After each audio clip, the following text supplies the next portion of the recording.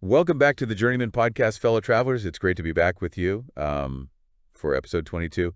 And, we're diving into something, a topic that's really been on my mind lately. It's this whole idea that we might be living in a simulation. Oh, yeah. It's such a fascinating concept, one that's been gaining traction in recent years. It really blends, science fiction with philosophical inquiry and even some thought-provoking physics. Yeah, it's wild, right? And before we get too deep into the weeds, just want to remind everyone, hit that like button and subscribe to our channel for more deep dives into these, thought-provoking topics.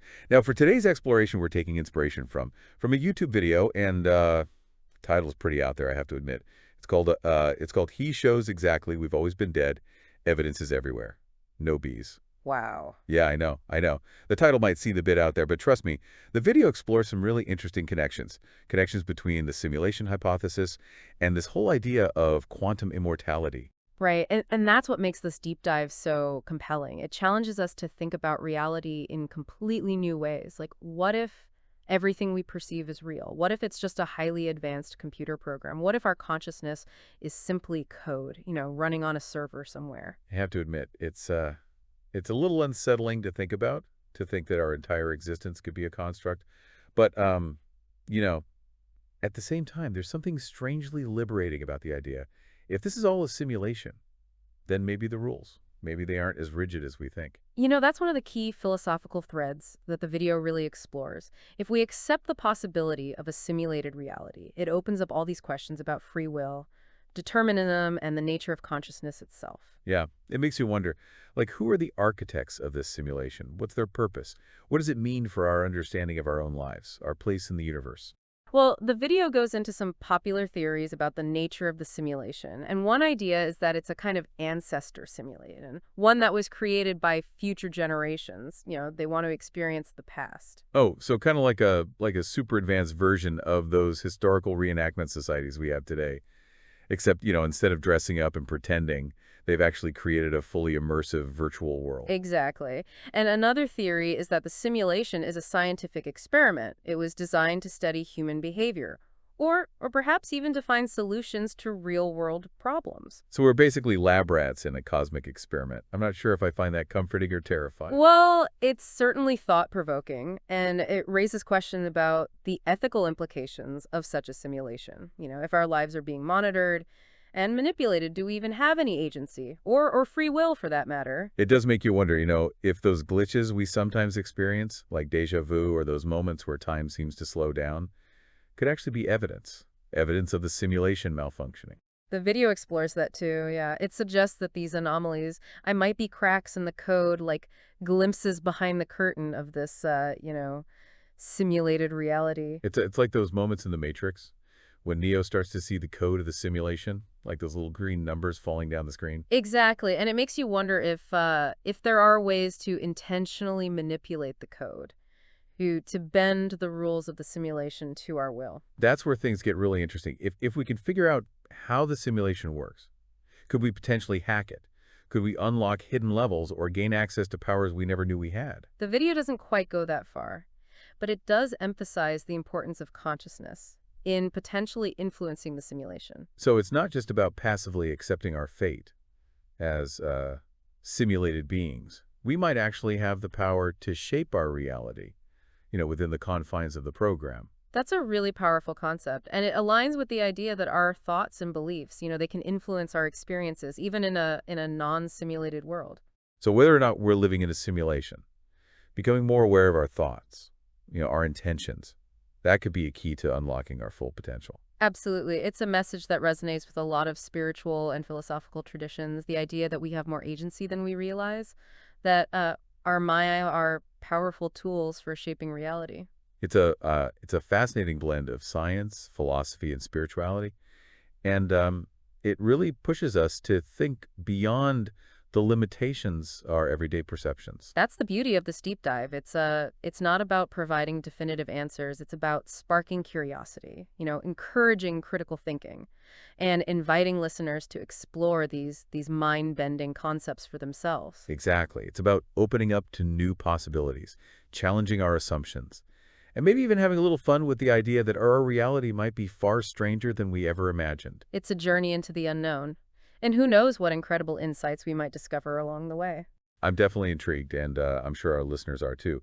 But before we go any further, I think it's important to establish a solid understanding. Like, what do we mean by simulation, and what are some of the key arguments for this mind-boggling hypothesis? That's a great point. We should lay some groundwork before we dive back into those fascinating questions about glitches, hacking, and the nature of consciousness in a simulated world. Sounds like a plan. Stay tuned, folks, because things are about to get really interesting. Welcome back to the Journeyman podcast. Last time we started exploring this mind-bending concept, that we might be living in a simulation. Yeah, we talked about some of the philosophical implications, like the nature of free will and the potential for manipulating the code of the simulation. Right. But to really dive deep into this topic, we need to understand, the arguments that make the simulation hypothesis more than just a science fiction trope.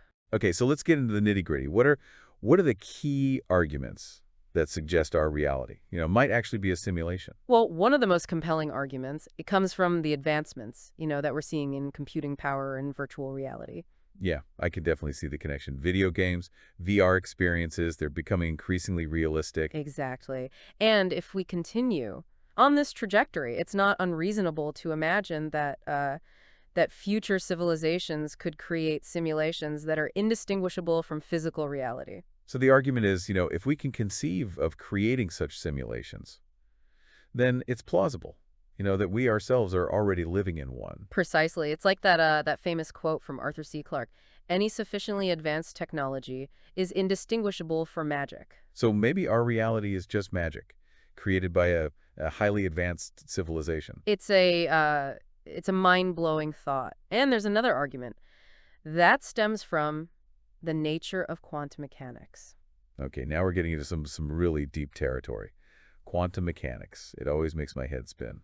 It's definitely complex, but the key takeaway here is that quantum mechanics suggests that reality is not as solid, as deterministic, as we perceive it to be. You mean like things aren't just set in the stone? There's more to it than meets the eye. Exactly. At the quantum level, particles exist in a state of superposition, meaning they can be in multiple states simultaneously until they are observed. So it's like reality is kind of a choose your own adventure book. Right. And our observations like determine which path the story takes. That's a great analogy. And this strange behavior of quantum particles has led some physicists to propose that reality might be more like information or code. So instead of thinking of the universe as this giant machine, maybe it's more like a giant computer program. Exactly. And if that's the case, it lends credence to the idea, that we could be living in a simulated reality, a reality made up of bits and bytes rather than atoms and molecules. It's fascinating to think that our understanding of the very fabric of reality might be shifting from a materialist perspective to an informational one. It's a major paradigm shift, and it's one that makes the simulation hypothesis seem much less far-fetched. So we've got the argument from advancing technology. We've got the argument from quantum mechanics. Are there any other key arguments that support this simulation hypothesis? Well, another interesting argument comes from the Fermi paradox. Ah, the Fermi paradox, the one that asks, where is everybody? You mean if the universe is, teeming with life, why haven't we encountered any other intelligent civilizations yet? Exactly. And one possible solution to this paradox is that we're alone in the universe, which is a pretty bleak thought. Yeah, I'm not a fan of that explanation. It makes us seem so insignificant. Right. But another possibility is that we're living in a simulation, Okay. and the reason we haven't encountered any other civilizations is because they're not part of the program. So it's like those video games where you're the only player character and all the other characters are just NPCs, non-player characters, controlled by the game's AI. Precisely. And this explanation could also account for, the fine-tuning of the universe. Oh, okay. The fact that the laws of physics seem, perfectly calibrated for life to exist. I've always found that fine-tuning argument pretty intriguing. It's like the universe was designed with us in mind. And if we're living in a simulation, that design could be explained by the intentions of the programmers Right. who created the simulation. So maybe it's not so much that the universe was, fine-tuned for us, but that the simulation was designed to create the conditions for life to emerge. That's a it's a thought-provoking shift in perspective. It challenges us to consider the possibility, that the universe might not be as random and chaotic as we once thought. Instead, it might be like a carefully constructed environment, Right. a virtual playground designed for our exploration, our evolution. And that brings us back to those questions that we were pondering earlier, about the purpose of the simulation and the role of consciousness within it. If we are living in a simulation, what does it mean, for how we live our lives? Does it change our understanding of morality, of purpose, the pursuit of happiness? These are deep questions and ones, that the video encourages us to grapple with. It's like a philosophical choose your own adventure Right. where the possibilities are endless and the journey is up to I us. love that analogy, and it reminds us that even if we can't definitively prove or disprove the simulation hypothesis, Right. the act of exploring these ideas can lead to profound insights, about ourselves and the nature of reality. Right. It's about expanding our minds, challenging our assumptions, opening ourselves up to new ways of perceiving the world.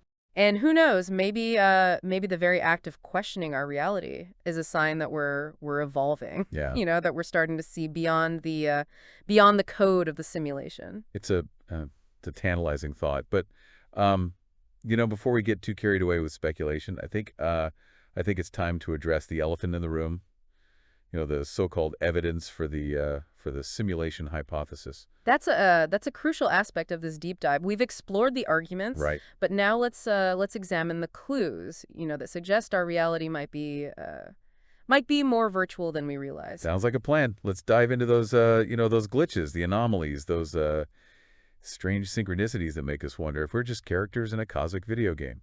Welcome back to the Journeyman Podcast. For the final part of our deep dive into the simulation hypothesis, we've covered a lot of ground. From the philosophical implications to the arguments that make this idea more than just science fiction. And last time we left off with that tantalizing question, of evidence. What clues might suggest that our reality is actually a simulation? Right. Because it's one thing to, speculate about the possibility, but it's another thing entirely to consider, if there are like actual signs that point in that direction. And the video we're discussing today, it presents some intriguing examples. One of the most common pieces of evidence people point to is the idea of glitches in the matrix. Glitches in the Matrix. You mean like those moments in the movie where Neo sees something that, doesn't quite fit, like deja vu or objects, disappearing and reappearing? Exactly. Those types of experiences, which many people report having in real life, they could be interpreted as errors in the simulation's code. So it's like the simulation is lagging or buffering, Right. just like, a video game sometimes does. That's one way to think about it. And these glitches, they could manifest in all sorts of ways, from strange coincidences to seemingly impossible events. Like what kind of impossible events? Well, some people claim to have experienced things like, precognitive dreams, where they dream of something that later happens in real life, Wow. or that they have this sudden feeling of knowing something that they couldn't possibly have known. I've definitely had those moments of deja vu that were so strong, like they gave me chills. It's like I was reliving a moment from a past life or something. And those types of experiences, while not, scientifically provable, they can certainly make you question the nature of reality. Right. They make you wonder if there's more to our existence than meets the eye. And another piece of evidence that some proponents of the simulation hypothesis point to is the double slit experiment, which we touched on earlier. Oh, right. Right. The biggest experiment that shows, particles can behave like both waves and particles, depending on whether whether they're being observed. Exactly. And this strange behavior, it's led some physicists to suggest that reality might not be, as solid and objective as we think it is. So maybe the act of observation, somehow influencing the simulation, Right. causing it to render certain aspects of reality Right. while leaving others in a state of potentiality. It's a mind-bending idea, and it raises questions, about the role of consciousness in shaping our reality. But even with these intriguing examples, I have to admit, I'm still a bit skeptical. It seems like a lot of these so-called glitches, could be explained by our own cognitive biases or the limits of that perception. That's a valid point, and it's important to approach these claims with with a healthy dose of critical thinking. Right? We don't want to jump to conclusions Right. or mistake, coincidence for evidence. Exactly. And that's why the video emphasizes the importance of not taking any of this, too literally. So it's more about, sparking curiosity, Right. encouraging us to think outside the box Right. than than about trying to definitively prove that we're living in a simulation. Precisely. It's about expanding our minds and considering new possibilities. And even if we never find conclusive evidence for the simulation hypothesis, the very act of exploring these ideas, can lead to a deeper understanding of ourselves and the universe. Absolutely. It challenges us to question our assumptions, to look beyond the surface of things, to consider that that reality might be far more complex and mysterious than we ever imagined. And that's a journey worth taking, whether or not we ever, reach a definitive destination. It's about the exploration, the questioning, the wonder. Well said. And on that note, I think it's time to wrap up this